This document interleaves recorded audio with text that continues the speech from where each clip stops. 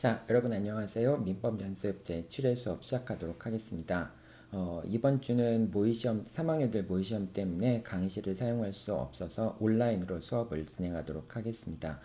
이번 주 여러분들과 함께 살펴봐야 될 내용들은 이제 불법원인급여, 부당이득에 관련된 내용들입니다. 그래서 불법원인급여라든지 이제 부당이득 반환 청구권이 언제 인정이 되는가라는 부분들에 대해서 살펴보도록 하겠습니다. 여러분들은 동영상을 통해서 수업을 들은 후에 화요일날 10시 전에 내가 시험 문제를 올릴 겁니다. 연습 문제를 올리면은 여러분들이 시험을 실시하고 그 시험 결과를 12시 전까지 게시판에 올리면 됩니다.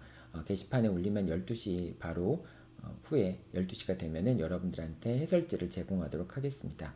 자, 그러면 제 7회 수업 시작하도록 하겠습니다. 먼저 부당이득에 관련된 내용 중에서 이제 부당이득의 요건은 이렇게 되죠.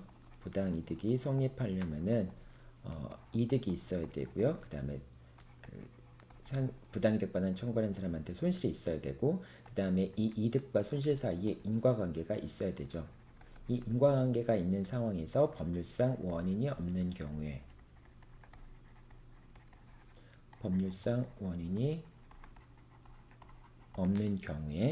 부당이득 반환이 인정이 됩니다. 자, 근데 이제 이렇게 부당이득 반환이 인정되는데 각각의 요건들과 또는 효과에 관련된 내용들을 이제 쭉 살펴보도록 하겠습니다. 먼저 불법원인 급여인데요. 불법원인 급여의 경우에는 급여한 것에 반환을 청구할 수 없게 되죠. 여러분이 그 불법원인 급여라고 하는 것은 이제 반사회 질서적인 법률행위하고 같은 의미라고 보면 되는데요. 이제 반사회 질서적인 법률행위에 의해서 이제 급여가 이루어진 것을 불법원인 급여라고 얘기를 하죠. 자, 그렇다면 반사회 질서의 법률행위라고 하는 것은 무엇이냐? 권리와 의무의 내용 자체가 불법인 경우, 즉 법률행위 내용 자체가 불법인 경우를 얘기하고요. 그 다음에 법률행위 조건, 이제 법률행위 부관이 무효인 경우, 이제 반사회질서적인 경우죠. 그런 경우에도 법률행위가 무효가 됩니다. 그리고 상대방에게 알려진 법률행위 동기가 반사회질서적인 경우에도 반사회질서적인 법률행위가 인정이 되어서 법률행위가 무효가 되겠죠. 자, 근데 이제 어떤 법률행위가 무효라고 해서 반드시 반사회질서적인 법률행위에 해당하는 것은 아닙니다. 예를 들면은 강제집행을 면탈하기 위하거나 농지법 제한을 회피하기 위한 목적으로 명의신탁을 하는 경우에 이것도 이제 실정법의 위반이긴 하죠. 네, 그렇다고 하더라도 이런 경우에는 반사회질서의 법률행위가 인정되지는 않습니다. 농지법의 제한을 회피한다라고 하는 것은 이제 2019년 대법원 판결에서 판단이 된 건데요. 이 대법원 판결에서는 명의신탁이 불법원인 급여에 해당하는가 여부가 논란이 되었었습니다. 그러니까 당연히 대법원은 명의신탁 같은 경우에는 불법원인 급여가 아니지만은 이제 사회 환경이 변했기 때문에 명의신탁 자체를 이제 불법원인 급여로 보아서 반환 청구를 허용하지 말아야 된다라고 하는 의견이 있었고요. 그에 대해서 대법원이 이제 심리 절차를 통해서 판단을 하였습니다. 상당히 이제 많은 분들이 여기 참여해서 공개 변론을 하기도 했었죠. 그래서 결국은 전원합의체 판결로 기존의 대법원 입장을 변경하지 않는 것으로 판단을 했습니다. 그래서 이 2019년 명의신탁 판결이 있었기 때문에 여러분들이 이 내용들을 잘 기억하고 있어야 되겠죠. 심지어는 농지법 제한을 회피하기 위한 경우, 농지법에서는 이제 농지를 취득할 때 농지 자격 증명을 필요로 하고 있죠. 이제 이렇게 농지 자격 증명 자체를 발급받을 수 없는 경우에 이런 농지법의 제한을 회피하기 위해서 명의신탁을 통해서 농지를 취득하는 경우라고 할지라도 그것이 불법원인 급여에는 해당하지 않는다라고 하는 것이 이제 대법원의 기본적인 입장입니다. 그 다음에 토지거래허가 구역 내에서 토지거래허가를 받지 않은 경우, 이 경우는 이제 유동적 무효가 되는 것이죠. 자, 이러한 경우에도 반사회질서의 법률행위라고 할 수 없습니다. 자, 반사회질서의 법률행위가 인정이 된다면은 그럼 급여한 것에 반환을 청구할 수 없는데요. 그런데 그 급여한 것에 반환을 청구할 수 없다라고 하는 것은 종국적인 이익의 반환을 청구할 수 없다라고 하는 것을 의미합니다. 만약에 저당권 설정된 것을 근저당권이 설정되었는데 이 근저당권이 반사회질서의 법률행위이기 때문에 근저당권의 말소를 청구할 수 없다라고 한다면은 그럼 근저당권의 실행을 그렇다고 국가가 도와줄 수도 없는 것이잖아요. 그렇기 때문에 이 근저당권 자체는 완전한 권리를 상대방한테 준 것이라고 볼 수는 없겠죠. 자, 그렇기 때문에 도박자금의 목적으로 근저당권을 설정하는 것은 반사회질서적인 법률행위에 법률행위에 해당해서 무효긴 하지만은 그 근저당권의 말소 등기를 청구할 수 있게 됩니다. 즉 이건 불법원인 급여에 해당한다는 이유로 근저당권의 말소를 청구할 수 없다든지 이런 거는 아니라는 것이죠. 자, 그리고 일단은 그 불법원인 급여가 인정이 되어서 이제 급부한 것에 반환을 청구할 수 없는 경우에는 소유권에 기한 반환 청구권도, 즉 이제 불법원인 급여라고 하는 것은 부당이득에 관련된 내용이잖아요. 즉 그 불법원인 급여가 이루어져서 반사회질서적인 법률행위가 있었기 때문에 그 급부한 것이 이제 불법원인 급여에 해당해서 반환을 청구할 수 없는 경우에 부당이득으로서 원래는 반환을 청구할 수 있지만은 불법원인 급여에 해당한다면은 반환을 청구할 수 없게 되는 거죠. 그런데 부당이득에 기초한 반환 청구권도 인정되지 않지만은 소유권에 기초한 반환 청구권도 인정되지 않습니다. 그래서 양도담보권을 설정한 경우에 이 양도담보권은 비록 담보권이지만은 상대방한테 소유권 이전 등기를 해주기 때문에 권리를 다 이전한 것으로 볼 수 있겠고요. 따라서 양도담보권이 설정된 경우에는 부당이득에 기초해서 양도담보권의 말소를 청구할 수도 없지만은 소유권에 근거해서 말소 등기를 청구할 수도 없다라고 생각하면 되겠습니다. 물론 이제 양도담보권 자체가 부당이득에 근거해서 말소 등기를 청구할 수 있는 건 아니겠죠. 이제 뭐 등기 자체가 상대방한테 어떤 이득을 주고 있는 건 아니니까요. 그렇지만 어쨌든 이 양도담보권 설정 자체가 불법원인 급여에 해당한다면은 이 소유권에 기초해서 방해배제 청구권에 기초해서 등기의 말소를 청구하는 것도 허용되지 않는다라고 생각하면 됩니다. 자, 그 다음에 비록 불법원인 급여에 해당하지만은 수익자의 불법성이 급여자의 불법성보다 더 큰 경우, 즉 수익자가 급여자에게 그런 이제 반사회적인 법률행위를 적극적으로 유도한 경우, 그런 경우에는 반환 청구가 가능합니다. 예를 들면은 이제 금전 목적으로 돈을 이제 도박 목적으로 금전을 빌렸지만 수익자가 계획적으로 이제 돈을 빌리도록 유도한 경우, 그런 경우에는 수익자와 급여자가 둘 다 반사회적의 법률행위를 한 것이지만은 수익자의 불법성이 더 크기 때문에 이런 경우에는 이제 그 불법원인 급여를 반환 청구하지 못하도록 하는 것이 오히려 정의관념에 반하게 되죠. 그렇기 때문에 수익자의 불법성이 급여자의 불법성보다 더 크다면은 반환 청구가 인정될 수 있다라고 생각하면 됩니다. 자, 그 다음에 불법원인 급여와 채권자 대위 보도록 하겠습니다.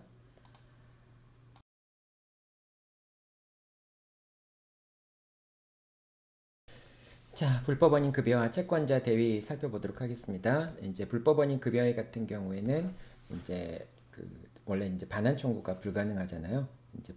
이제 소유권에 기초한 반환 청구권도 불가능하게 되지만은 채권자 대위권을 행사할 수 있는 경우가 있죠. 예를 들면 이제 이중 매매 같은 경우가 그런데요. 갑이 을에게 매도했고 갑이 병에게 매도한 경우에 이런 경우에 첫 번째 매매 계약이 체결된 다음에 두 번째 매매 계약이 체결되고 두 번째 사람이 소유권 이전을 받더라도 받는 경우에 병은 뭐 매매 계약이 제1 매매 계약이 체결되었음을 알았는지 여부와 상관없이 적법하게 소유권을 취득하게 되죠. 다만 병이 갑의 배임 행위에 적극적으로 가담한 경우에는 그런 경우에는 갑과 병 사이의 매매 계약이 반사회질서의 법률행위가 되어서 소유권 이전 등기가 무효가 됩니다. 다만 이 경우에 갑과 병 사이에서는 소유권 이전 등기를 한 것이 불법원인 급여에 해당하기 때문에 갑은 병한테 반환 청구, 등기 말소 청구를 할 수 없게 되겠죠. 하지만 을은 갑을 대위해서 병에게 갑과 병 사이의 매매 계약이 불법원인 급여에 해당한다라는 것을 이유로 해서 등기의 말소를 청구하는 것을 대위 행사할 수 있게 됩니다. 자, 근데 이렇게 이제 이런 대위 행사하는 경우가 비슷한 경우에도 적용이 되죠. 예를 들면은 갑이 점유자이고요. 그 다음에 을이 소유자인 경우에 이 소유자가 취득시효 완성 후에 제3자한테 이 부동산을 매도하는 경우에 병은 선의인지 악의인지 여부와 상관없이 소유권을 취득하게 되죠. 그렇기 때문에 갑은 을에게 취득시효 완성을 원인으로 한 소유권 이전 등기를 청구해 줄 수 없게 되는데, 근데 이런 경우에 만약에 병이 을의 배임 행위에 적극적으로 가담했다고 한다면은 을과 병 사이의 매매 계약은 반사회질서의 법률행위가 되어서 무효가 되고요. 이 경우에 갑은 을을 대위해서 병에게 등기의 말소를 청구할 수 있게 됩니다. 즉 취득시효 완성을 원인으로 한 소유권 이전 등기 청구권을 피보전 권리로 해서 을이 병에 대해서 갖고 있는 이제 병 무효의 등기에 말소를 청구할 수 있는 말소 등기 청구권을 피대위 권리로 해서 채권자 대위권에 행사할 수 있게 되는 거죠. 자, 그 다음에 명의신탁의 경우에도 비슷한 이제 법리가 적용이 되는데요. 다만 이제 여기서는 지금 설명이 안 나와 있지만은 명의신탁이 유효한 경우를 얘기를 하는 겁니다. 즉 갑에서 을로 명의신탁이 됐는데 이 경우에 이제 갑과 을 사이의 명의신탁 약정이 무효인 이제 유효한 경우에 이때 을이 병에게 처분한다면은 이제 을은 대외적으로 소유자이니까 병이 이 명의신탁 약정을 알고 있었는지 여부와 상관없이 병은 적법하게 소유권을 취득하게 되죠. 하지만 을이 이제 병이 을의 배임에 적극적으로 가담하게 된다면은 을과 병의 이런 매매 계약 자체가 반사회적인 법률행위가 될 수도 있고요. 그렇게 되면 갑은 을을 대위해서 병에게 등기의 말소를 청구할 수 있게 되겠죠. 자, 그런데 아까도 얘기했지만 이 경우는 이제 명의신탁 약정이 유효한 경우를 얘기하는 거고요. 만약 명의신탁 약정이 무효라고 한다면은 갑과 을 사이에 명의신탁 약정이 무효이므로 갑이 여전히 소유자가 되는 것이고요. 자, 이 경우에 을이 무효인 등기부상의 명의자라는 이유로 해서 을이 병한테 소유권을 매도를 하면은 병은 유효하게 소유권을 취득할 수 있죠. 소유권 이전 등기를 해주게 되면은.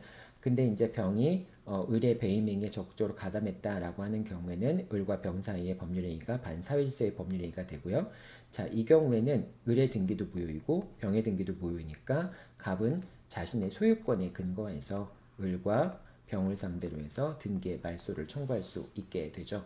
자, 그러니까 명의신탁 약정이 이것도 유효한 경우, 즉 갑이 아직 대외적으로 소유권 행사할 수 없는 경우, 이제 취득시효의 경우도 마찬가지죠. 소유권 이전 등기를 하기 전까지는 소유권을 대외적으로 주장할 소유자가 될 수 없잖아요. 자, 이렇게 소유자가 될 수 없는 사람은 결과적으로 그 을의 처분행위가 반사회질서의 법률행위가 되는 경우에 채권자 대위권을 행사해서 소유권을 최종적으로 취득할 수 있게 된다라고 하는 점을 기억해 두면 되겠죠.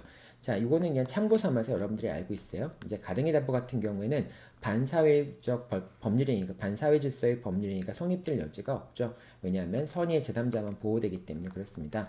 반사회질서의 법률행위가 성립되는 것은 상대방이 선이냐 악이냐 상관없이 권리를 취득할 수 있는 경우에 그때 이제 비록 선이 악이더라도 적극적으로 가담했다면은 이제 그것이 반사회질서의 법률행위가 되잖아요. 근데 가등기 담보 같은 경우에는 악의 제3자는 보호되지 않기 때문에 반사회질서의 법률행위가 성립될 가능성이 없겠죠. 가등기 담보의 경우를 얘기하는 겁니다.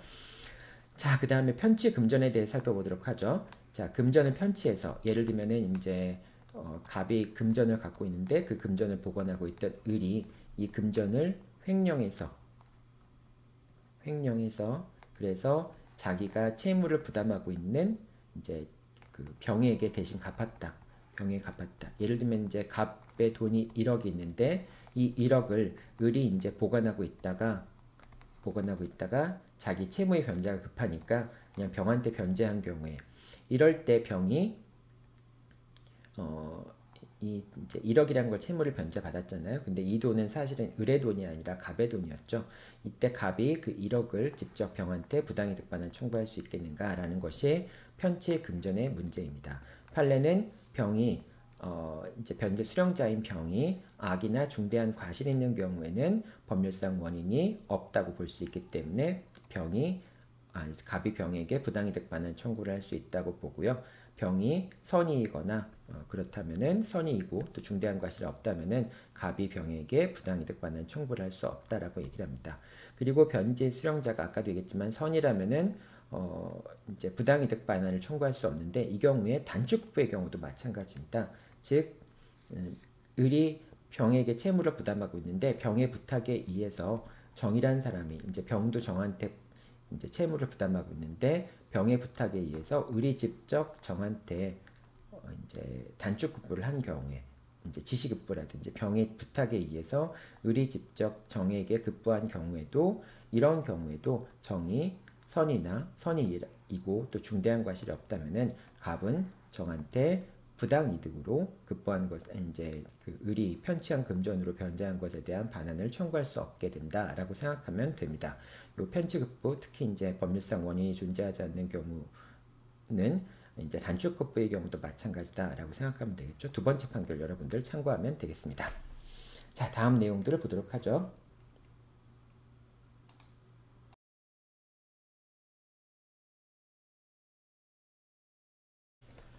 자, 다음으로 단축급부의 경우 살펴보도록 하겠습니다. 단축급부라고 하는 것은 갑이 을한테 채무를 부담하고 있는데 을도 병한테 채무를 부담하고 있는 경우에 갑이 을의 부탁에 의해서 직접적으로 병한테 채무를 변제하는 것, 이제 이런 경우가 단축급부가 되는데요. 기본적으로 이 단축급부가 일어나는 형태는 여러 가지가 있겠지만 뭐 결론적으로 얘기하면은 갑은 병한테 을과 이제 갑 사이의 법률 관계가 무효라고 효력이 없다 할지라도 갑은 병한테 변제한 것을 부당이득 반환 청구할 수 없다라고 생각하면 되겠죠. 자, 그러면 이렇게 갑이 병한테 지급하는 경우는 어떤 경우가 있느냐? 예를 들면은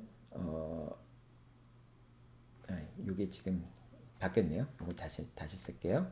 이제 갑의 지시로 을이 병한테 직접 급부한 경우, 이런 경우를 얘기하는 거죠. 즉 갑이 을한테 채무를 이제 갑이 병한테 채무를 부담하고 있는데 그거를 이제 을이 갑한테 채무를 이행하는 대신에 을이 직접 병한테 지급하는 이런 경우를 얘기하는 겁니다. 이 사안을 놓고 다시 한번 설명할게요. 자, 이때 을이 병에게 부당이득 반환 청구를 할 수 없다라고 하는 것이 단축급부와 관련된 그런 부당이득 법리의 기본적인 취지고요. 자, 그렇다면 을이 병에게 채무를 변제하는 모습들은 어떤 모습이 있을까요? 첫 번째, 을이 갑의 채무를 이행인수한 경우가 있을 수 있겠죠. 자, 그 다음에 갑과 을이 병존적 채무인수, 제3자를 위한 계약을 체결한 경우도 있을 수 있겠죠. 그 다음에 갑이 병을 변제 수령자로서, 즉 갑이 병에게 변제 수령 권한을 부여한 경우가 있을 수 있겠죠. 자, 이런 경우에 이제 을이 직접 병한테 단축급부를 하는 결과가 발생을 하는데요.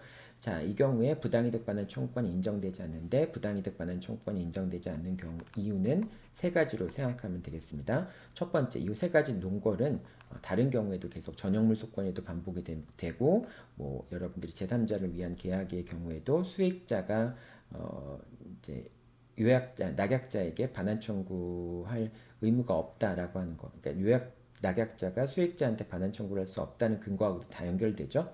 자, 첫 번째입니다. 병의 급부 수령은 이제 을이 직접 병한테 부당이득을 반환 청구하기 위해서는 병이 급부를 수령한 것에 대해서 법률상 원인이 없어야 되잖아요. 근데 병이라는 사람은 비록 을로부터 받은 것이긴 하지만은 을이 갑한테 채무가 있고 갑이 병한테 채무가 있어서 즉 갑이 병한테 채무가 있는 상황에서 그 채무의 이행으로서 금전을 을로부터 수령한 것이기 때문에 법적인 근거가 없는 법률상 원인 없는 이득이라고 할 수 없고요.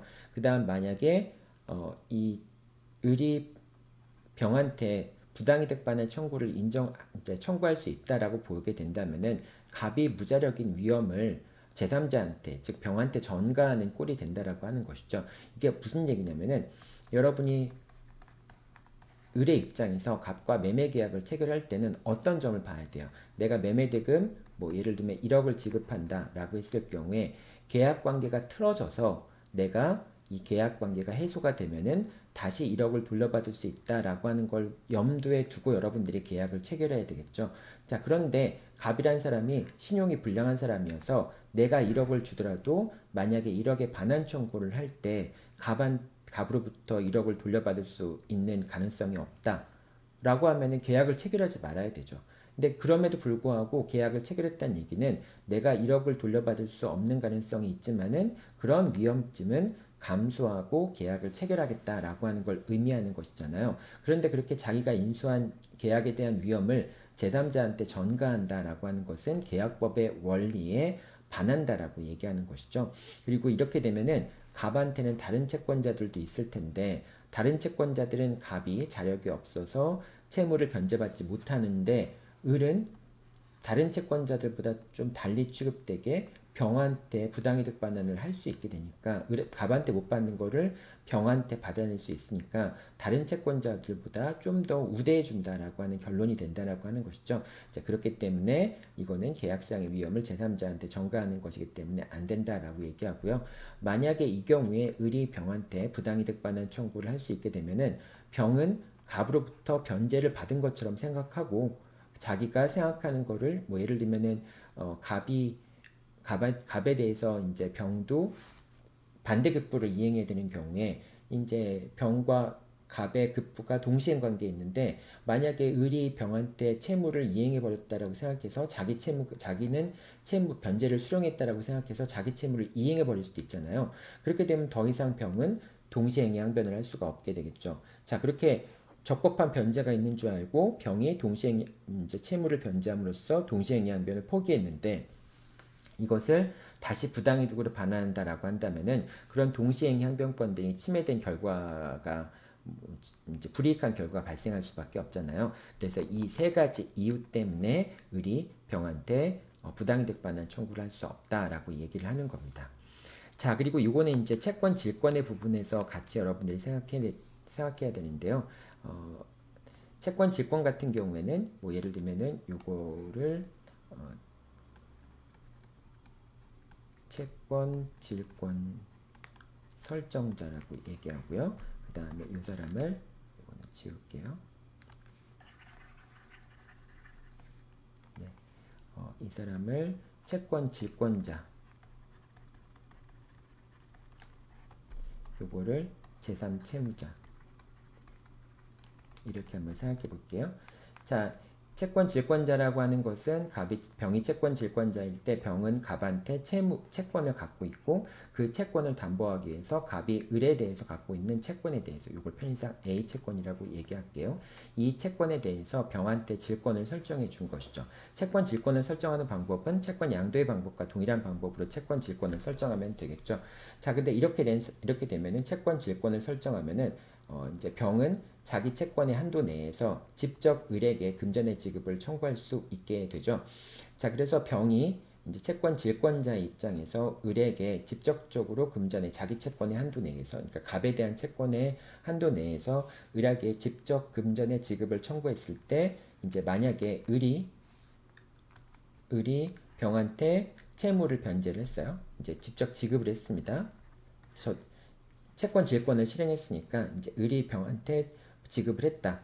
자, 그런데 나중에 그 입질 채권의 관계가 요 갑과 을 사이에 요 A 채권이 발생하게 된 법률 관계가 효력이 없게 된다라고 한다면은 그러면 을은 이제 갑한테 원래는 채무를 부담하고 있지 않던 거잖아요. 그런데 채무를 부담하고 있다고 생각한 상황에서 갑이 그 채권에 대해서 채권 질권을 설정한 거니까 그래서 이제 을이 병한테 변제하게 된 거잖아요.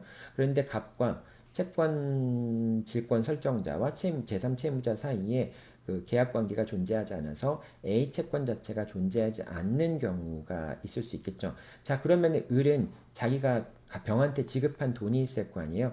그 돈을 어떻게 반환받느냐라고 하는 건데 이것도 사실은 단축급부는 아니지만은 사실상 채권 질권의 실행 방법이라고 하는 것은 단축급부처럼 비슷한 측면이 있는 것이죠. 따라서 이런 경우에는 입질 채권의 발생 무효인 경우에 채무자는 제3채무자는 채권 질권자에게 급부한 것에 반환을 청구할 수 없다라고 합니다. 예를 들면은 이제 을이 병한테 1억 원을 지급했을 경우에 그때 갑과 을 사이에 계약 관계가 존재하지 않아서 이제 그 입질 채권 자체가 존재하지 않는다고 하더라도 을은 병한테 지급한 1억의 반환을 청구할 수 없게 된다라고 하는 것입니다. 그 논거는 단축급부의 경우와 동일하게 됩니다.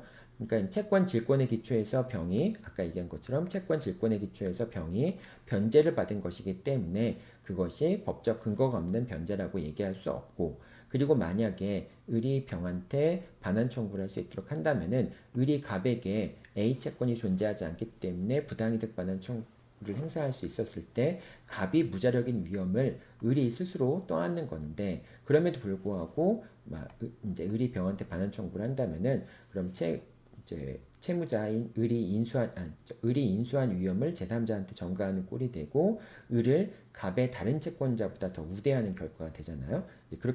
그리고 또 한편으로는 마지막 병이 갑에 대해서 갖고 있던 항변권 등을 침해할 수 있다라고 하는 이유 때문에 그렇기 때문에 더 이상 이제 이런 경우에는 을은 병한테 반환 청구를 할 수 없다라고 하는 것이죠.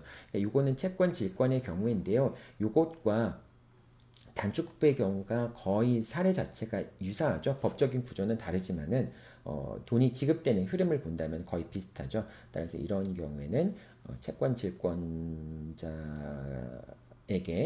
이제 제3채무자가 반환 청구를 할 수 없는 건데, 자, 이 경우에 당연히 채권 질권자가 자신의 채권을 초과하여 변제받은 경우, 예를 들면은 병이 갑에 대해서 갖고 있던 채권 질권의 범위가 뭐 예를 들면은 1억 5천이었어.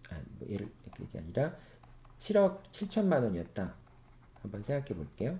7천만 원이라고 한다면 병은 을에게 7천만 원만 청구할 수 있겠죠. 근데 을이 병한테 1억을 지급한 경우가 있을 수 있겠죠. 자, 이런 경우에는 을은 병한테 7천만 원만 지급하면 되기 때문에 이런 경우에는 병이 을에게 3천만 원을 돌려줘야 되겠죠. 자, 그리고 을도 병한테 3천만 원의 범위 내에서는, 왜냐하면 병은 자기의 갑에 대한 채권의 범위 내에서만 직접적으로 을한테 변제를 청구할 수, 채무의 이행을 청구할 수 있으니까 그 7천만 원을 넘어선 부분에 대해서는 병도 을에게 반환을 해줘야 되겠죠. 자, 그런데 병이 자기가 1억을 받았으니까 7천만 원만 자기는 갑한테 받을 게 있으니까 3천만 원을 갑한테 다시 돌려줬다, 이제 을한테 돌려주지 않고 갑한테 돌려줬다면은 그런 경우에 을은 병한테 3천만 원에 대해서도 부당이득 반환 청구권을 행사할 수 없게 됩니다. 왜냐하면 병은 그 받은 돈을 갑한테 줬기 때문에 이득이 있다라고 볼 수 없겠죠. 자, 그래서 초과 변제분을 채권자한테, 질권 설정자라고 하는 것은 채무자라고 갑을 얘기하는 거죠. 질권 설정자에게 반환한 경우에는 부당이득 반환 청구를 할 수 없다라고 생각하면 되겠습니다. 자, 여기까지가 이제 단축급부에 관련된 내용이고요. 이 단축급부에 관련된 내용들은 전용물 소권이랑 비슷한 측면도 있습니다. 전용물 소권이라고 하는 것은 급부가 갑이 을에게 급부를 하였는데 그 급부의 결과가 결국 병한테 이익이 되는 경우, 그때 그 급부에 대해서 갑이 을로부터 이제 대가를 받지 못한 경우에, 그런 경우에 갑이 직접 병에게 부당이득 반환 청구를 할 수 있겠는가라는 부분이 문제가 됩니다. 예를 들면은 X란 부동산이 있어요. 그런데 갑과 을이 공사 도급 계약을 체결합니다. 공사 도급 계약을 체결해서 이제 갑이 X에 대해서 공사를 했는데, 그럼 당연히 이제 뭐 예를 들면 계량을 위해서 공사를 했다라고 한번 생각해 보세요. 그러면 이제 계량을 위해서 공사를 한 다음에 갑은 을에게 공사 대금을 받아야 되겠죠. 자, 그런데 나중에 알고 보니까 이 X라는 것이 을의 소유가 아니라 병의 소유임이 밝혀졌다라고 한다면은 이제 그것도 을이 몰랐겠죠. 이제 이렇게 되면 또 이제 비용상환 청구권의 문제라든지 그런 게 발생할 수 있습니다. 자, 어쨌거나 을의 소유가 아니라 병의 소유라는 것이 밝혀졌다라고 하면은 그럼 당연히 이제 병이 나중에 이 X를 다시 찾아가겠죠. 자, 근데 그러면은 갑과 을 사이에 계량을 위한 공사 계약의 결과물은 누구의 이익으로 돌아가게 됩니까? 병의 이익으로 돌아가게 되겠죠. 자, 그런데 갑이 공사를 수행하면서 이제 건물의 가치를 증가시켰는데 을로부터 공사대금을 받지 못하는 경우가 있을 수 있겠죠. 을이 무자력이어서 공사대금 받지 못하는 경우가 있을 수 있습니다. 자, 그럼 갑이 결과적으로 내가 급부한 것이 병한테 이익으로 돌아갔으니까 갑은 병한테 부당이득 반환 청구를 할 수 있겠느냐라는 부분이 문제가 되는데요. 근데 이런 경우에 갑은 병한테 부당이득 반환 청구를 할 수 없다라고 합니다. 왜냐하면 갑과 을 사이의 계약 관계에 기초해서 갑이 비용을 지출한 것이기 때문에 이곳을 이 전용물 소권이라고 하는 것을 인정해서 갑이 병한테 직접 부당이득 반환 청구를 할 수 없다라고 얘기를 합니다. 자, 그 이유는 무엇이냐? 자, 이 논거는 단축급부와 동일한 거라고 할 수 있습니다. 이제 병이라고 하는 사람은 뭐 예를 들면은 병이 그걸 취한 게 뭐 부합에 의해서 이익을 취했을 수도 있고요. 뭐 여러 가지 이유, 이제 계량한 것 자체가 건물의 가치가 계량한 것 자체는 건물 소유자의 이익이 귀속될 수밖에 없으니까 그 법률상 원인이 없다고 할 수도 없고, 그리고 또 만약에 갑이 병한테 부당이득 반환 청구를 할 수 있다고 본다면은 을이 부자력이라고 하는 위험을, 그런 거를 제3자한테 전가할 수 있게 되죠. 그리고 갑을 다른 채권자들보다 조금 더 우대할 수 있는 결과가 되죠. 근데 이 경우에는 이제 X가 병의 소유였다라고 하는 것을 을이 모르는 상태에 있었을 경우에는 병이 을에 대해서 갖는 항변권을 침해한다라고 하는 논거는 생각하기 어렵겠죠. 그래서 이 경우에는 이제 이제 계약상 위험을 제3자한테 전가시킬 수 없다라고 하는 그 계약법상의 원칙에 근거해서 갑이 병한테 부당이득 반환 청구를 할 수 없다라고 생각하면 되겠습니다. 그러니까 요 세 번째 거 항변권 등을 침해한다라고 하는 것은 을과 병 사이의 어떤 계약 관계 같은 것이 있어야지 의미가 있는 것이고요. 이렇게 X가 뭐 이제 병의 소유인데 그걸 모르고 을이 점유하고 있는 경우라고 한다면은 그러면은 부당이득 반환을 직접 인정한다고 해서 병의 항변권을 침해한다 뭐 이런 경우를 생각하기 어렵겠죠. 그래서 원칙적으로 단축급부와 논거가 동일하지만은 그 항변권이라고 하는 그런 논거는 약간 여러분들이 을과 병 사이의 관계가 어떤가에 따라서 조금 달리 생각해 볼 필요가 있겠죠. 자, 여기까지가 이제 요 단축급부하고 전용물 소권 같은 경우에는 이게 부당이득 반환 청구를 할 수 없다는 것 관련해서 많이 문제 나오죠. 이행인수나 병전도 채무인수도 마찬가지고요. 단축급부, 지시급부 같은 경우도 마찬가지고 변제 수령 권한을 준 경우도 마찬가지고요. 그래서 이런 경우에 부당이득 반환 청구가 인정되지 않고 그 인정되지 않는 논거가 무엇인지를 정확하게 이해하고 있어야 되겠습니다. 자, 그럼 다음 내용들 보도록 하죠.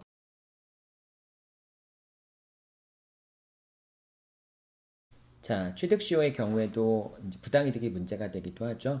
두 가지 경우에 취득시효의 경우에 부당이득이 문제가 되는데요.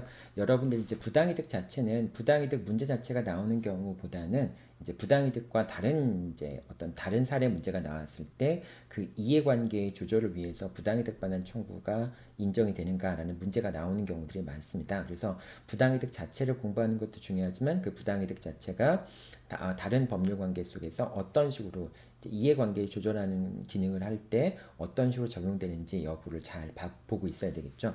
자, 취득시효 같은 경우에는 두 가지 경우에 이제 부당이득 반환이 문제가 됩니다. 첫 번째 경우는 언제냐? 취득시효가 완성되었지만 점유자가 소유권 이전 등기를 하고 있지 않은 경우.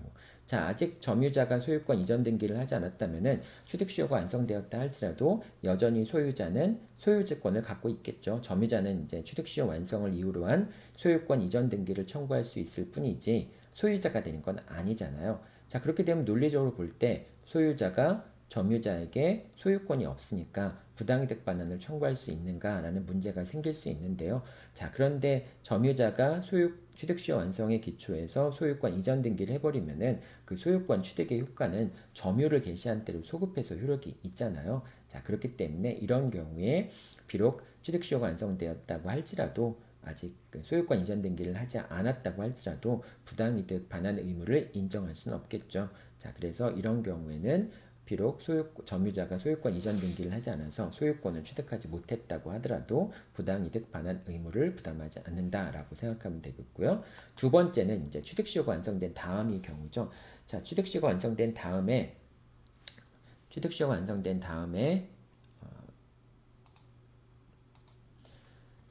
이제 소유자가 처분행위를 하는 경우에는 그 처분행위 자체가 유효하게 되죠. 특히 이제 취득시효가 완성된 다음에 근저당권을 설정한 경우에 이런 경우에는 점유자는 근저당권에 부담이 있는 소유권을 취득할 수밖에 없겠죠.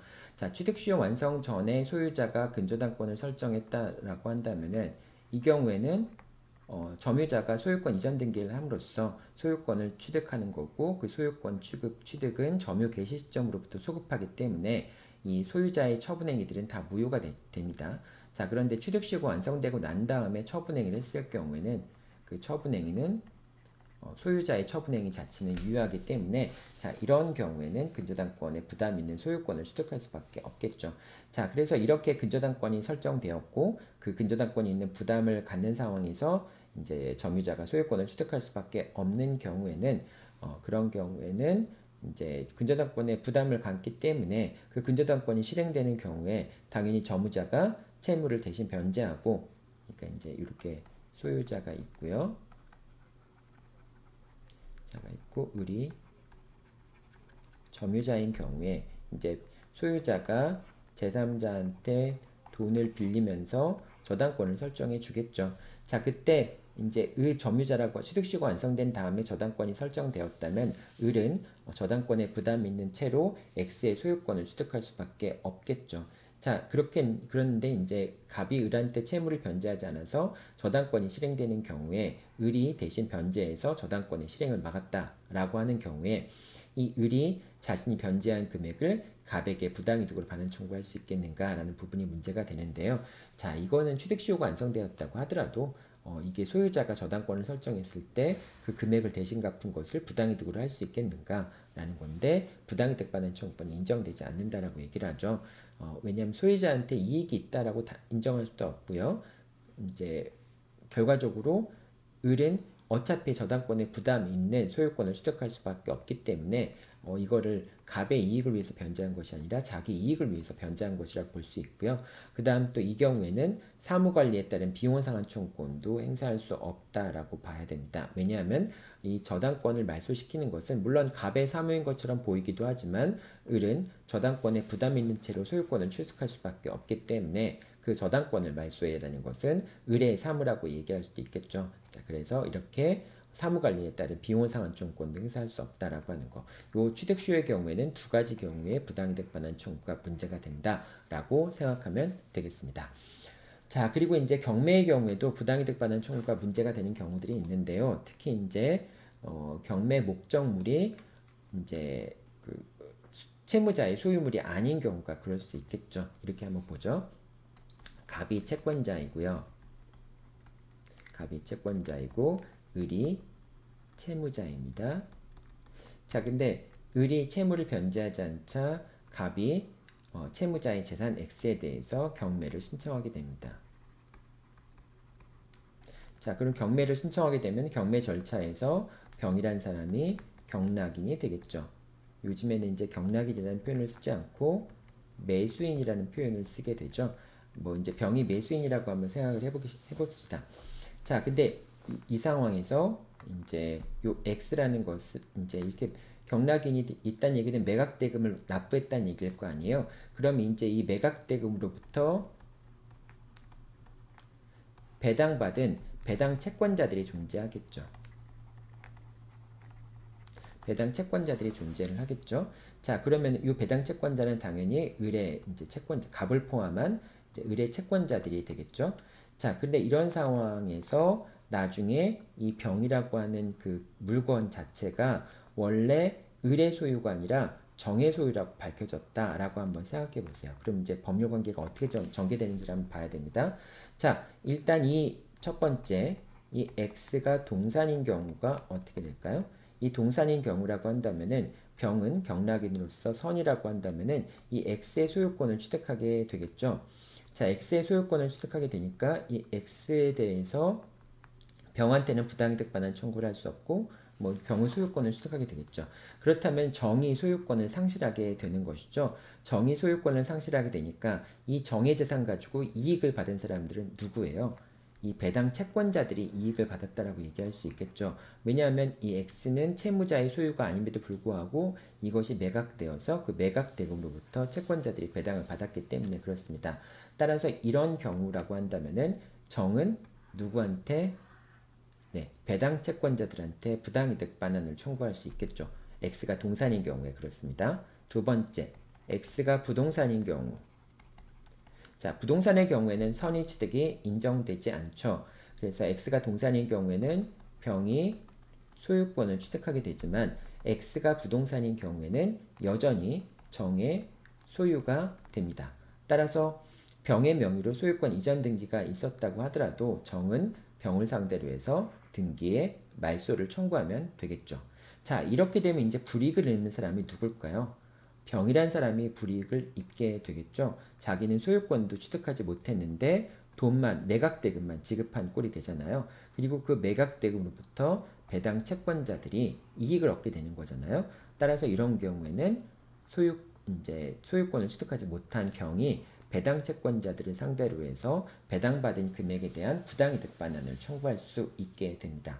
자, 그러니까 결과적으로 보면은 배당 채권자들은 채무자 소유의 아닌 재산으로부터 배당을 받은 거니까 이 배당 채권자들이 부당이득 반환 의무를 부담한다라고 하는 것은 의심의 여지가 없겠죠.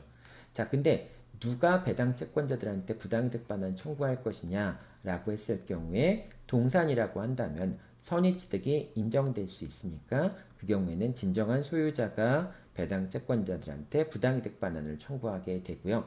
만약에 X가 부동산이라고 한다면은 부동산 같은 경우에는 선의취득이 인정되지 않으니까 병이 소유권을 취득할 수 없겠죠. 그래서 진정한 소유자는 소유권을 상실하지 않고 병으로부터 목적물을 반환받으면 되겠죠.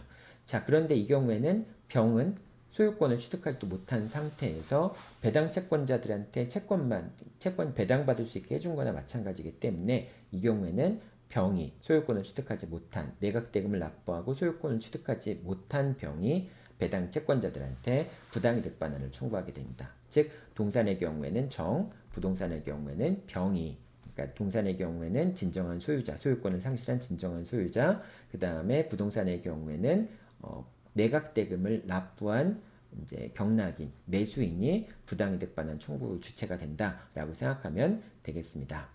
여기까지가 이제 그 경매와 부당이득의 반환에 관련된 내용이고요. 또 두 번째 같은 경우에는 하자 있는 배당표에 의해서 배당이 이루어진 경우입니다. 예를 들면 이제 근저당권이 불법 말소되었어요. 불법 말소되었다면 근저당권은 등기라고 하는 것은 권리의 존속 요건, 물권의 존속 요건은 아니기 때문에 성립 요건이긴 하지만 존속 요건은 아니잖아요. 그렇기 때문에 등기가 불법 말소되었다고 해서 저당권이 소멸하는 것은 아니죠. 이제 근데 근저당권이 불법 말소가 되면은 근저당권이 말소된 상태에서 배당이 이루어지게 되겠죠.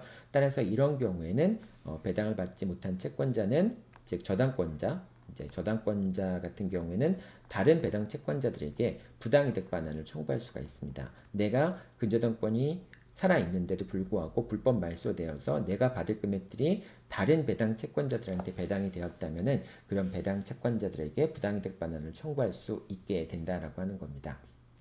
자, 그런데 이거는 하자 있는 배당표에 의해서 배당이 이루어진 경우가 그렇고요.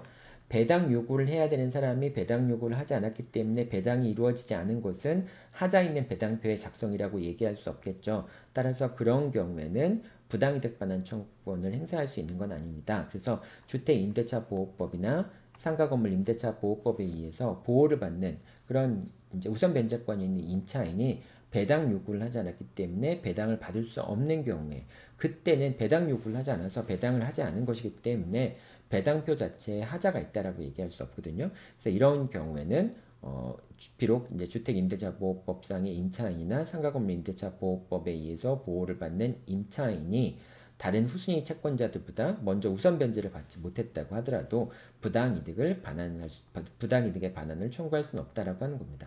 저당권자라든지 이런 담보권자들 같은 경우에는 법이 이제 당연히 배당권자에 포함시키지만은 주택임대차보호법이나 상가건물임대차보호법 같은 경우에는 별도로 배당 요구를 하지 않으면은 당연히 배당해 주지는 않거든요. 그래서 그렇게 배당 요구를 하지 않아서 배당표에서 제외가 된 경우에는 하자 있는 배당표라고 할 수 없으니까 그런 경우에는 배당받은 채권자들한테 부당이득 반환 청구권을 행사할 수 없다라고 하는 겁니다.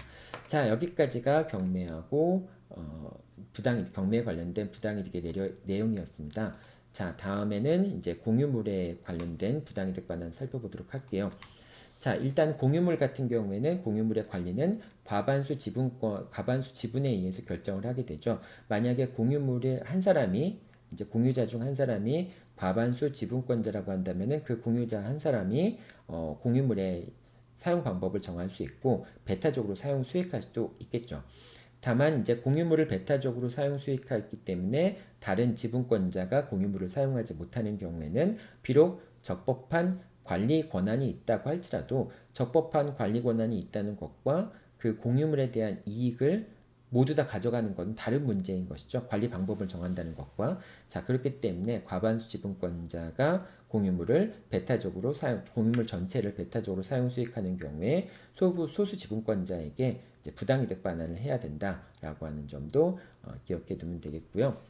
자, 과반수 지분권자가 임대차 계약을 체결한 경우 보통 이렇게 되죠. 공유자가 1, 공유자가 2, 공유자 3이 있고 얘가 뭐 3분의 2의 지분, 그 다음에 얘가 6분의 1의 지분, 6분의 1의 지분 이렇게 이제 된 경우에 자, 이런 경우에 갑 1이 과반수 지분권자가 되겠죠. 이제 과반수 지분권자가 을이라는 사람한테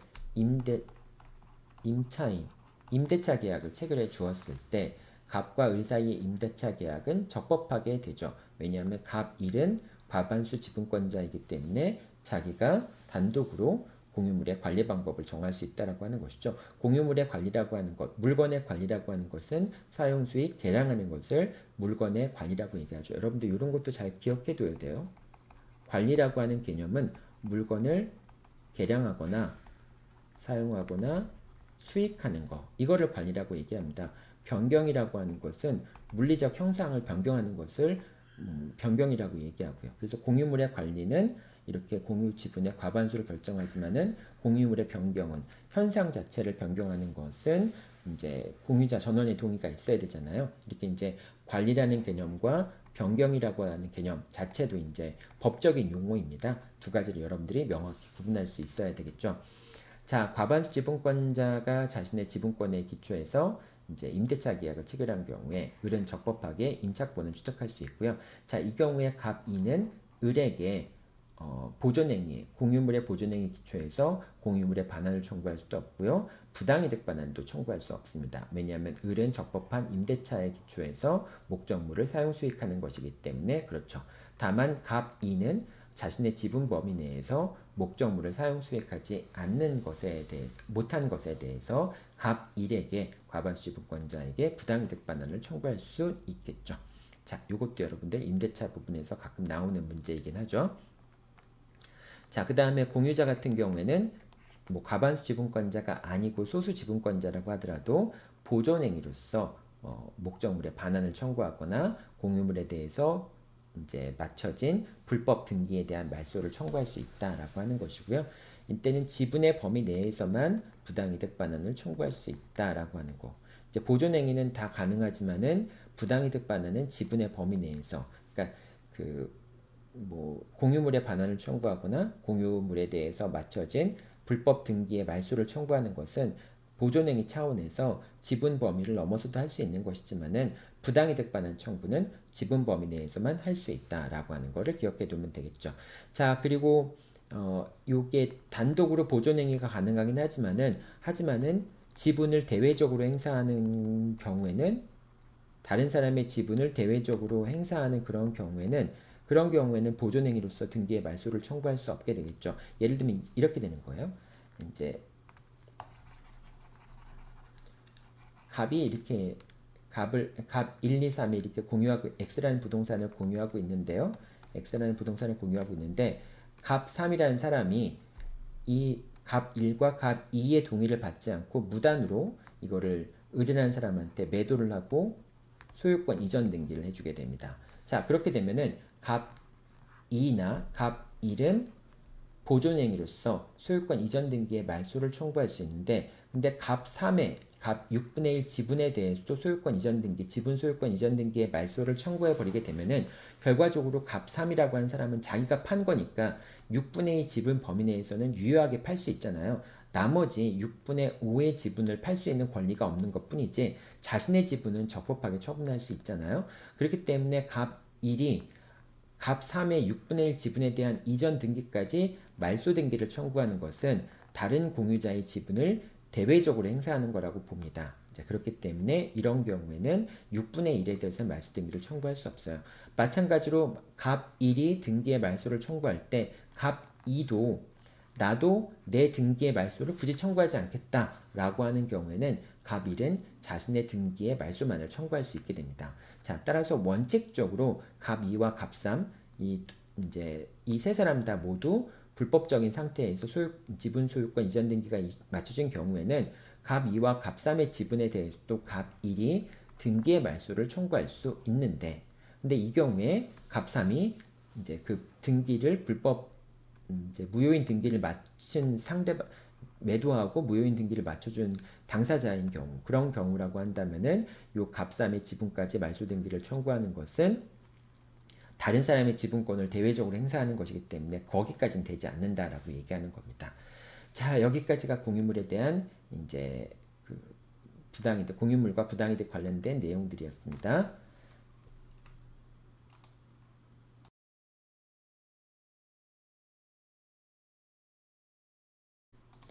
자, 다음에는 점유자 회복자와 부당이득 관련된 문제인데요. 자, 점유자 같은 경우에는 이제 회복자에게, 즉 소유자에게 소유자가 진정한 소유권에 기초해서 점유자한테 목적물의 반환을 청구하거나 이런 경우에 그런 경우에 소유자는 이제 그 점유자에게 부당이득 반환을 청구할 수 있겠죠. 근데 그 점유자가 선의의 점유자라고 한다면은 과실을 수취할 수 있고요. 여기서 과실이라고 하는 것은 이제 주로 우리가 생각하는 과실은 법정 과실이겠죠. 천연 과실은 별로 문제되는 경우들이 없으니까요.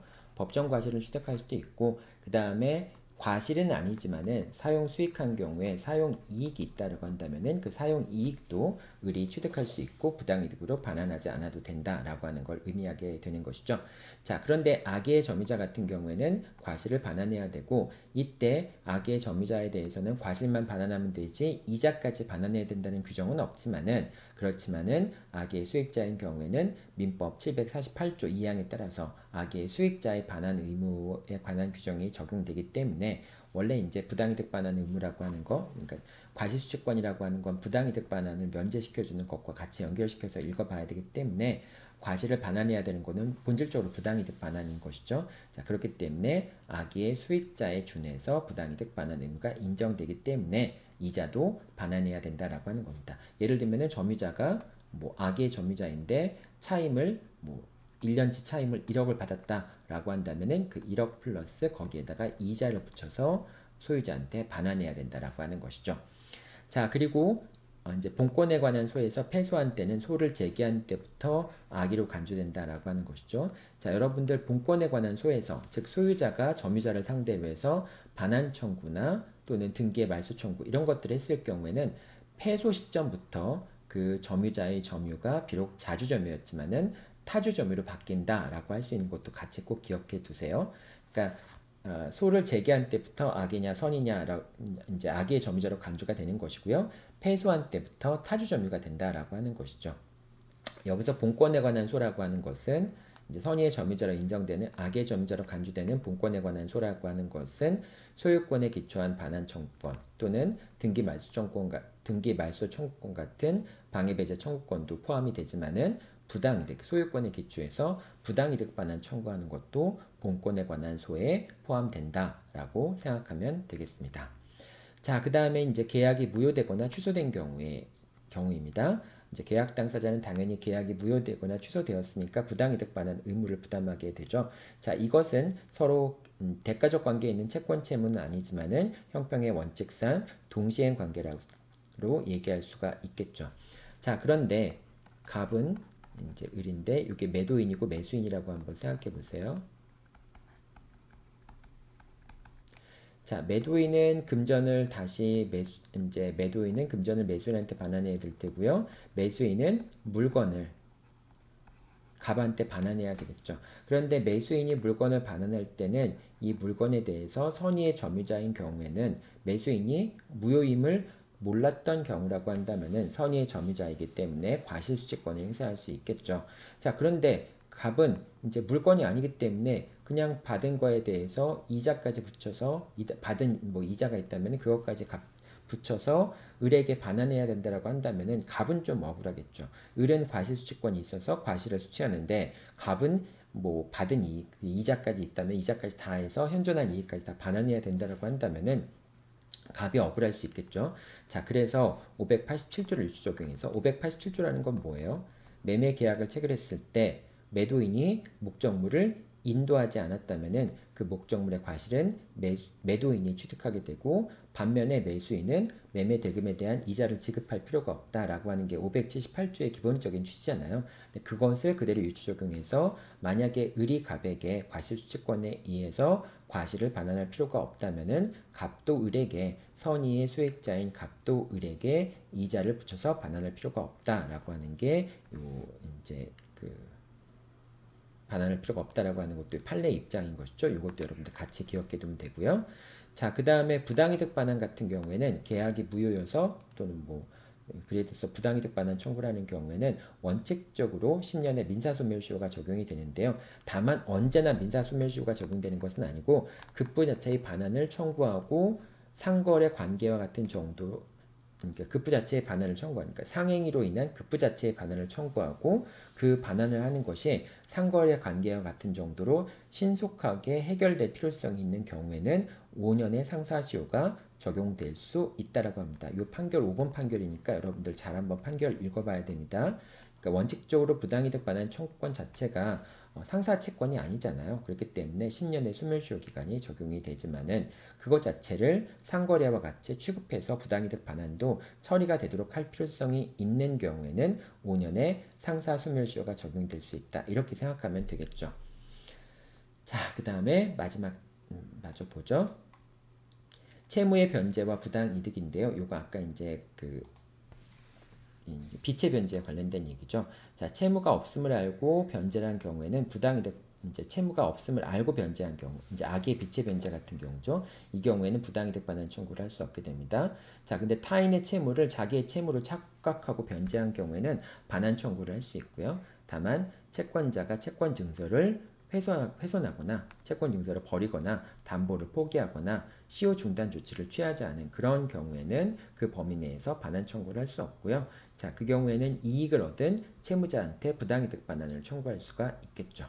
자, 그 다음에 아까 이제 편취 금전으로 변제한 경우라고 얘기했지만 이 경우에는 변제를 수령한 사람이 악의 또는 중대한 과실이 있는 경우에는 원래 그 손해를 본 사람, 이제 횡령으로 인해서 금전을 상실한 사람, 그런 사람들이 이제 변제를 수령한 사람을 상대로 해서 부당이득 반환을 청구할 수 있게 된다라고 생각하면 됩니다. 자, 이외에도 뭐 부당이득에 관련된 여러 가지 쟁점들이 있겠지만은 여러분들이 각각의 그 문제에서 나오는 쟁점들과 연관되어 있는 그런 부당이득 쟁점들을 중심으로 해서 부당이득에 관련된 내용들을 살펴보았습니다. 자, 여러분들 수업 잘 들었으면은 이제 다음 주 화요일 날 시험 문제 제출할 테니까요. 그 시험 올릴 테니까 그 시험 문제 잘 보고 1시간 딱 정해서 시험 시간 내에 여러분들 시험 보는 연습을 하기 바랍니다. 네, 여러분들 수고했습니다.